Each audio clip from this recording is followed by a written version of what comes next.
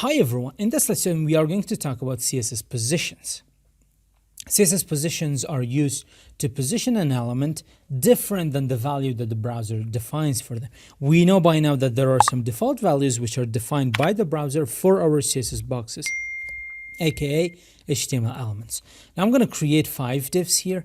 I'm going to give the first one a class of relative, and it is going to have some the same text there as well. It's going to be relative. I'm going to copy this a couple of 4 times to be exact. There we go. And I'm going to change their values. There are 5 positioning properties that we can use in CSS, and let's go over all of them. So the second one is going to be absolute. Let's just, absolute. Now, in case you're wondering how I can have 2 cursors, or you can basically write in 2 places at the same time, is you select the first text that you want to basically change, and when you do Control D, it is going to accept or select the next instance of that text, or where that text has been repeated again. And then whenever you write, it is going to be written in both of the places, in the class name as well as in the content. The other one is going to be static. Then we are going to come down to fixed.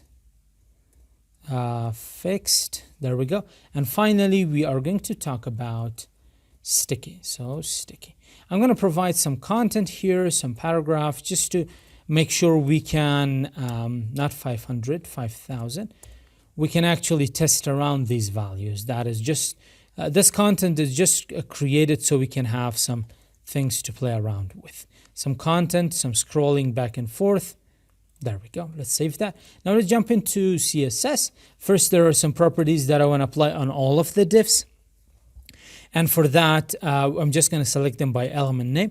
If there are some properties, which there are, that we want to apply individually on these divs, then we need to select their classes. For now, these properties are going to be applied uniformly. So some color for the background, some color for the text, some margin. I'm just going to say, let's say margin bottom. I just want to provide some margin bottom of 5 pixels. We have talked about these properties, not the backgrounds. I don't think we have talked about those.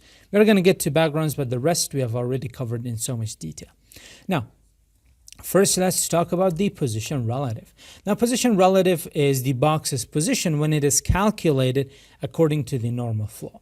Now, the advantage of this positioning property is that it allows you to move an element from its current position to another specified position by you. So first you need to specify what kind of position property it takes. Then you need to specify where you want it to be moved to. So I want it to be moved to 250 pixels from the top, and let's say 150 pixels from the left. And it is going to be moved there. Keep in mind that whenever you move these kinds of elements with position relative or absolute, they're usually taken out of the document flow. That's why you can see that this text is on top of the text behind it. This means that it has been taken out of the document flow.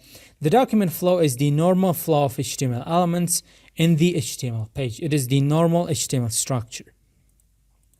Now, let's move on to the next. What is the advantage? You might be asking, okay, what is the advantage of this position relative? Well, it doesn't have any advantages. On its own, position relative is almost never practical. You never use that. But what is the use case of that? That is the question that position absolute is going to answer. Now, keep in mind that position absolute is one of the most confusing position properties in CSS. I get asked a lot about this, and I always answer with the same answer. You need to understand how position relative works first, then you can understand position absolute. That is point number 1, and there are only 2 points. Point number 2 is, there is always going to be a parent-child relationship when it comes to position absolute. The parent must have a position relative, then and only then the child can have position absolute, as we saw in our previous lecture when we talked about pseudo elements. Why this has to happen? Now, when you say position absolute, what actually happens is, again, the box is taken out of the document flow. Now, when you take it out of the document flow, you need to provide it with a specific parent according to which it could be positioned. Now, if you say position absolute and then you say top 50, bottom like left 250, like we did in here, top 250, left 150, then what happens here is the parent, because there is no other parent, and if there is no other parent in this case, and if in your case there is another parent and it doesn't have another position relative, what happens is that element is going to take the body as the parent, and when it takes the body as the parent, that's where things go wrong, because you want to specify for example, you have two elements within another element. You have a container element, two child elements. We are going to come back to these a lot, so I'm just going to give you like the whole gesture of what it is that we are going to do. Gist of what we are going to do, not gesture, gist of what we are going to do, is that you want those two elements to be positioned relative to their parent, not relative to the body of the HTML. Usually you never want to position anything according to the body, because body is the whole container. For as much as you can, you're going to avoid positioning things on the body. That is going to take a little bit of control out of your hand, and when it comes to web development, you need to be a control freak. Otherwise, you're not going to be able to create awesome websites. Keep that in mind. So when you have a parent and you provide position relative on the parent, then the child is going to receive a position absolute. When it receives that, then it can be aligned according to the parent. That's what the use case for relative is. It just provides an anchor point, a reference point for the parent, for the child, and it specifies that parent-child relationship. And it says, okay, see, I have the relative, you need to move according to me. That's basically what it is, what position absolute is. So let's go ahead and let's move it from top by 300 pixels and from left by 50 pixels. Basically, the same thing is going to happen, but since it is taken out of the document flow, it overlaps on the content. There we go. Let's comment this one out. Let's move to static. Static is the default positioning for all of HTML elements. So if you provide it or not, nothing is really going to happen. So static, and this is going to be position, let's say static. Nothing is going to change because this is the default one. Let's move on to fixed. This positioning property is going to take the viewport into consideration and will stay where it is no matter how much the page is scrolled. The box's position is going to be calculated according to the absolute model.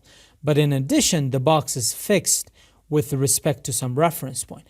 As with the absolute model, the box's margins do not collapse with any other margins. So let's say we have fixed. Now, if I say position fixed, it doesn't matter how much I scroll. It should never move away. It should never go from that position. Now, ideally, this is where we have, this is in the fourth position, relative, absolute, static, fixed, and beneath it we can see our sticky. But when you scroll down, it is going to stay wherever it is. Now, how can you change this position of this fixed? That is where top, bottom, and left come into play. Let's say you want to change it from top by 350 pixels and from left by, again, 350 pixels. It's going to appear here. So this is how you can actually provide another position for this fixed. It's going to stay where it is no matter how much you scroll up or down. And finally, let's talk about sticky. Sticky is based on the user's scroll position. It works almost in the same way as fixed, but a little bit different. That is, when you scroll and when a certain threshold is achieved, then that position is going to be applied. What do I mean by that? Now, keep in mind that a sticky element toggles between relative and fixed, depending on the scroll position. So it is positioned relative until a given offset position is met in the viewport. Then it sticks in that place like position fixed. So it toggles between these two values. So I'm going to say sticky, position sticky. And you need to provide this. It's a must. So I'm going to say 0 pixels for now. Now I'm going to scroll very slowly from here. So now you can see nothing happens. This element is actually moving. It is not fixed because the threshold of top 0 pixels has not been met. When it meets this, then it is going to be fixed there. So until it meets it, it is going to be relative. And there we go. It met it right. It did get to that 0 pixel, and now you can see it is fixed. So that is the difference between fixed and sticky. You can visualize that as well. Now, this is extremely useful when you are creating navigation bars, and when you might have seen those in some websites. This is how they're created. That when you're scrolling down, the navigation for some reason it sticks there. It's not moving away. But when you go up, it goes back to its original place. Now, you could also say top 50 pixels, and until this 50 pixels is not met, it's not going to become fixed. There we go. You can see that there is like 50 pixels of space there. You can move that to 500 so you can really see that. Let's go up. Let's save this, and there we go. You can see it sticks there. Let's move it to 100 pixels. There we go. And if I come down there, it is there. So that's it for this lecture. See you in the next one.